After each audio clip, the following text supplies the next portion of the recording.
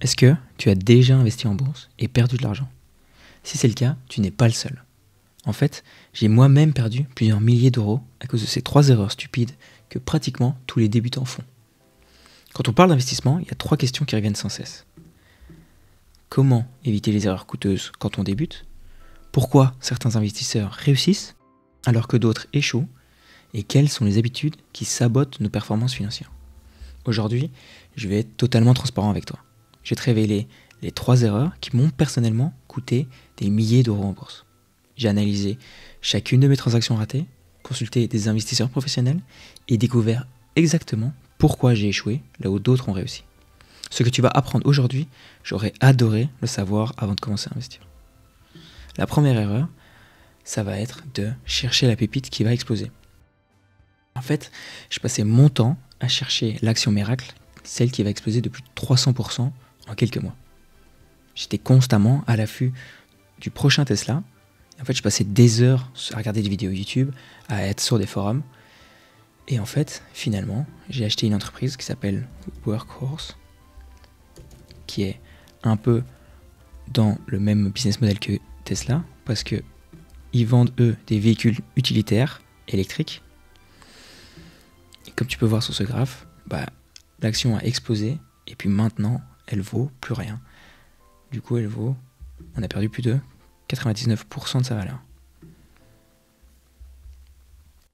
Et pendant ce temps, quand tu regardes, en fait, le S&P 500, lui, attends, je vais juste retirer ces petites barres. Le S&P 500, de 2021 à maintenant, a fait 69%. Du coup, qu'est-ce que j'ai compris et qu'est-ce que j'ai appris? C'est que plus en fait tu vas chercher la pépite miracle, mais plus tu prends des risques inutiles et plus tu perds ton temps en fait.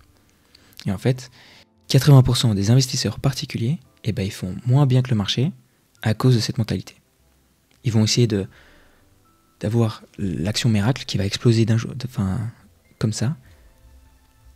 Mais au final, il faut comprendre que le but de l'investissement en bourse, c'est la constance et pas les coups de poker. Warren Buffett, lui, l'a même dit. Il dit que si tu n'es pas prêt à posséder une action pendant 10 ans, ne l'achète même pas. Et ensuite, la deuxième erreur qui m'a coûté de l'argent, c'est de ne pas avoir acheté plus. Et du coup, tu vas me dire, oui, ça peut être logique. En fait, je vais te raconter une petite histoire sur un de mes investissements, ça va être Meta, du coup, anciennement Facebook. Comme tu peux voir, d'ici, en 2021 jusqu'en fin 2022, Facebook, du coup, une des plus grandes entreprises du monde, a perdu plus de 80% de sa valeur. Et à ce moment-là, moi, je faisais du DCA. Écoute, pour moi, c'était la bonne méthode, sauf qu'à partir d'un moment, l'action continuait à descendre, à baisser. Et fondamentalement, je comprenais pas pourquoi, parce que quand on va dans les déclarations et qu'on regarde le revenu total, en 2021, ils avaient fait plus 37% par rapport à 2020, et puis en 2022, ils ont su en fait stagner quand même le revenu. C'est pas hyper positif, mais ils n'ont pas beaucoup perdu.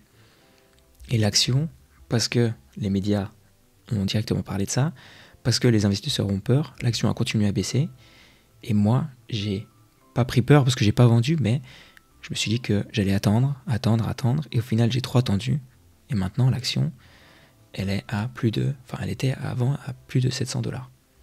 Du coup, qu'est-ce que j'ai appris à cause de cette erreur? C'est que les baisses du marché sont des opportunités. Et là, surtout que, pour moi, l'entreprise, elle ne méritait pas autant de baisses. Et en plus de ça, fondamentalement, l'entreprise faisait sens. Elle faisait quand même un revenu de 118 milliards de dollars. C'est pas une entreprise qui allait s'effondrer du jour au lendemain. Et ensuite, on aime bien en fait cette phrase de Warren Buffett qui va dire que soyez craintifs quand les autres sont avides et avides quand les autres sont craintifs. En fait, c'est exactement là. Là, tout le monde fuyait l'action et elle est même descendue à 83 $. Et si tu avais acheté, tu aurais pu faire presque 600 $, 600% de bénéfices. En fait, c'est exactement ça que cette phrase veut dire. C'est que quand tout le monde en fait va te dire « Oh, cette action, il faut l'acheter », souvent, c'est trop tard et du coup, il ne faut pas l'acheter. Mais quand les gens disent que cette action est finie, c'est vraiment ce que les gens disaient sur Meta, c'est à ce moment-là qu'il faut probablement acheter. Et ensuite, la troisième erreur, ça va être de chercher le point parfait. En fait, chercher le moment parfait pour investir. Et pour comprendre mon point, je vais te parler de Google.